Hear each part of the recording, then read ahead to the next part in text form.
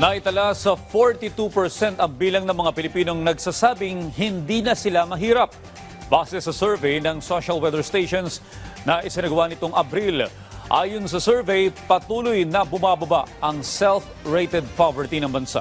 Na itinuturing na indikasyon ng positibong epekto ng mga programa ng administrasyon ni Pangulong Ferdinand R. Marcos Jr.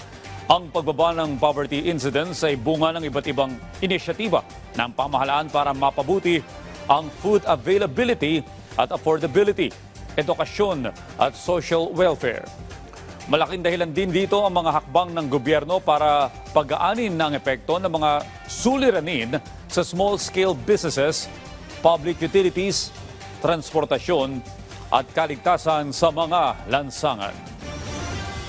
Bumaba din sa record low na 8% ang mga Pilipino nagsasabi na sila ay borderline poor. Malaki ang ibinaba nito mula sa 39% na naitala noong 2021. Patuloy lang ang administrasyon sa pagtatrabaho at upang pagaanin ang pasanin ng mga ordinaryong Pilipino. Dahil sa bagong Pilipinas, aksyon ang solusyon.